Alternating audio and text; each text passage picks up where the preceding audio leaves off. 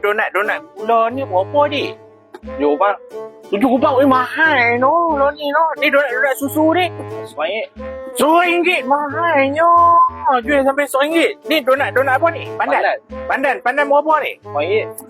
RM100 mahal apa ni?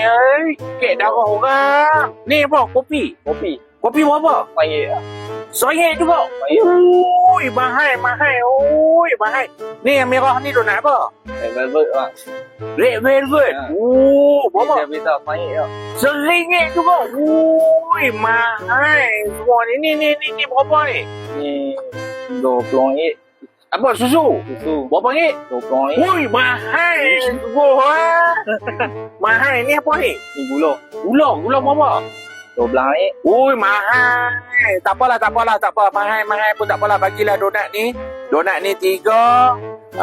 Yang ni satu, serba satu lah. Bagi serba satu. Baik. Satu je lah. Oh, mahal lah ni. Barang semua mahal. No? Tu jadilah. Tu berapa semua? Berapa ni? Ha? RM12. RM12.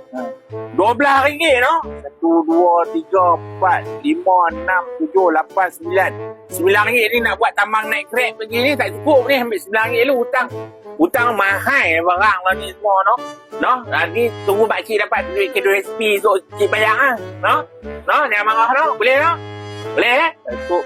Tak cukup tunggulah nanti kita bayar lah. Ni RM2 balance nak naik Grab.